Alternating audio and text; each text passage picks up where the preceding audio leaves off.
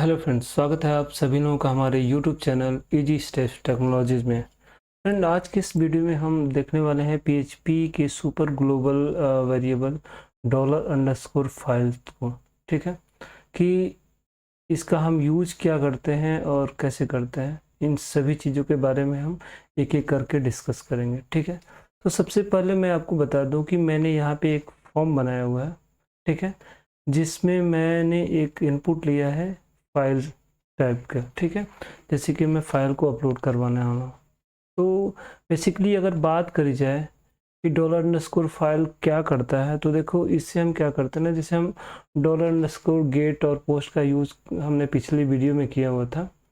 ठीक है, तो वैसे ही अगर हम इनपुट कोई भी फॉर्म आप बना रहे हो और उस फॉर्म में आपने कहीं भी फाइल टाइप अगर किसी भी इनपुट को दे दिया है, ठीक है, तो आपको उस टाइम, ठीक है, अगर उस चीज़ को आपको गेट करना होगा किसी और पेज पे जहाँ भी आप चाहते हो, तो उसके लिए आपको वहाँ पे डॉलर अंडरस्कोर पोस्ट नहीं, आपको डॉलर अंडरस्कोर फाइल्स का यूज़ करना पड़ेगा उस डेटा को रिट्रीव करने के लिए। ओके, और कुछ इम्पोर्टेंट चीज़ ये है कि जब भी हम फॉर्म में कभी भी फाइल इनपुट टाइप यूज करेंगे ना, तो हमें क्या करना होगा कि एक और एट्रीब्यूट हमें फॉर्म में डालना होगा, इंक टाइप। ठीक है, और उसके अंदर लिखना होगा मल्टी पार्ट फॉर्म डेटा। ये एक्चुअली करता क्या है कि आपको पता है कि जब हम किसी भी फाइल को सर्वर पे अपलोड करते हैं, तो वहाँ पे हमारे पास जो फाइल है उसका नाम, उसका टाइप, उसका साइज, ठीक है, ये सारी चीज़ें हमारी क्या होंगी, वो वहाँ पे जाती हैं। ठीक है, तो एक फाइल के साथ साथ उसके कई पार्ट होते हैं, तो इसीलिए हमें इस एट्रीब्यूट का यूज़ करना पड़ता है। अगर हम इस एट्रीब्यूट का यूज़ नहीं करेंगे तो उस टाइम क्या होगा कि हमारा जो फाइल है यहाँ से वो आगे जाएगा नहीं, जहाँ पे हम भेज रहे हैं इस फॉर्म को वहाँ पे वो रिट्रीव नहीं हो पाएगा, वहाँ जाएगा ही नहीं जाएगा। ठीक है, तो उसके लिए हमें इंक टाइप का यूज़ करना ही पड़ेगा। ओके, तो इसलिए मैंने इसमें लगाया हुआ है इंक टाइप को। अभी हम आते हैं, देखो यहाँ से जैसे हम फॉर्म को सबमिट करेंगे तो फॉर्म डॉट पी पे आएंगे। तो ये मैंने बना के रखा हुआ फॉर्म डॉट पी और एक फ़ोल्डर मैंने रखा हुआ। तो फ़ोल्डर मैंने इसलिए बनाया है कि जैसे ही मैं यहाँ से कोई फाइल अपलोड करूँगा तो वो जो फाइल होगी मेरी इस फ़ोल्डर में आके सेव हो जानी चाहिए, यानी सर्वर पे जाके कहीं ना कहीं स्टोर हो जानी चाहिए। ठीक है, तो हमारा काम यही है आज का।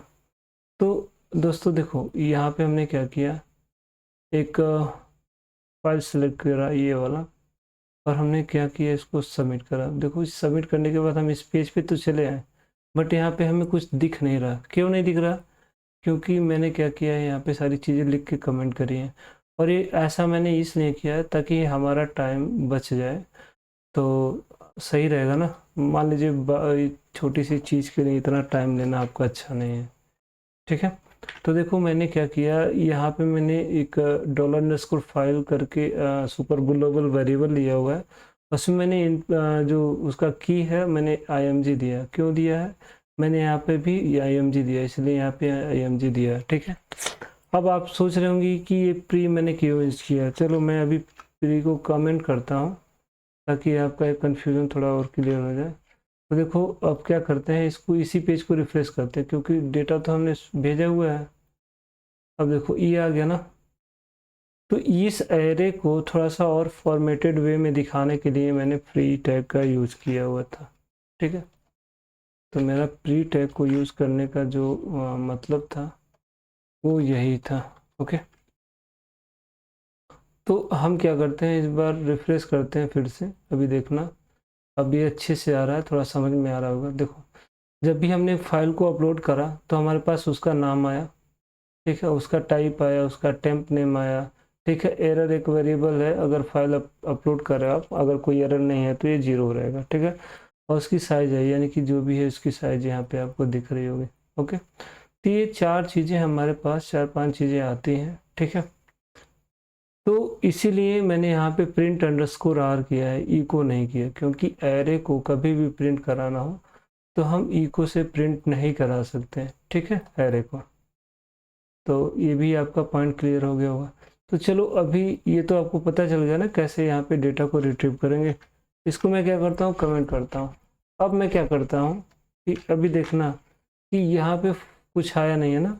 मैं चाहता हूँ कि जैसे ही मैं वहाँ पे फॉर्म को सबमिट करता हूँ तो मेरा जो डेटा यहाँ पे आएगा वो डेटा मेरा क्या होना चाहिए, जो भी इमेज होगा या फाइल होगी वो हमारे यहाँ अपलोड हो जाना चाहिए। ठीक है, तो इसीलिए मैंने क्या किया है कि मैंने यहाँ पे इस सेट लगाया हुआ और इस सेट में मैंने चेक किया है कि जो पोस्ट का जो बटन है सबमिट वाला, क्या उसको आपने क्लिक किया कि नहीं किया। अगर क्लिक किया तो उसमें कोई वैल्यू आई होगी, तो अगर इसमें वैल्यू आई है तो फिर ये कहेगा हाँ ठीक है, कंडीशन ट्रू है। फिर इसके अंदर आप जाओगे। यहाँ पे मैंने क्या किया है कि ये फाइल है, ठीक है, फाइल्स जो हमने यहाँ पे यूज़ किया हुआ था, तो इसका नाम मुझे एक्सेस करना है। तो इसके लिए एक्चुअली ये एरे के अंदर आपका कई सारे आपके है ना एसोसिएटिव आपका ये एरे है, तो इसके अंदर हम की वाइज डेटा को निकाल रहे हैं।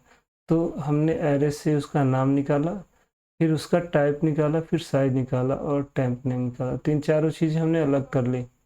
उसके बाद मैं क्या करता हूँ कि इस पर एक इफ़ का कंडीशन चलाता हूँ। अगर इसमें ये फाइल नेम मेरा मिलेगा इससे, ठीक है, अगर इसमें फाइल नेम मिलेगा तो ये क्या करेगा, एक PHP का फंक्शन है मूव अपलोडेड फाइल। इसका काम ये है कि कोई भी चीज़ अगर आपको मिलती है इसमें तो इसको ये क्या करता है, सर्वर पे अपलोड करवाता है। ठीक है, किसी भी फोल्डर में जहाँ का आप पाथ दोगे उस फोल्डर में ले जाके उस फाइल को सेव करा देगा। ठीक है, तो बेसिकली क्या करते हैं हम यहाँ पे टेम्परेरी नेम का यूज़ करते हैं पहला आर्गूमेंट। दूसरा आर्गूमेंट क्या होता है कि हमारा उसका पाथ होता है, टोटल पाथ। यानी कि अपलोड में जाओ, अपलोड के अंदर मैंने फाइल नेम यानी किस नेम को उसमें सेव कराया, ठीक है, इसको कॉन्कैट कर दिया। उसके बाद जैसे ही ये रन होगा तो ये आपका यहाँ पे फाइल अपलोड हो जाएगी। तो ये रहा हमारा। मैं चाहूँ तो इसको ही एक बार रिफ्रेश करूँगा तो मेरा अपलोड हो जाएगा। चलो करके देख ही लेते हैं। देखो यहाँ पे कुछ आया नहीं और यहाँ पे आपका देखो इमेज आ गया ना। ठीक है, मैं क्या करता हूँ इस इमेज को डिलीट कर देता हूँ एक बार के लिए और मैं चलता हूँ यहाँ पे। ठीक है, एक बार इसको रिफ़्रेश करते हैं।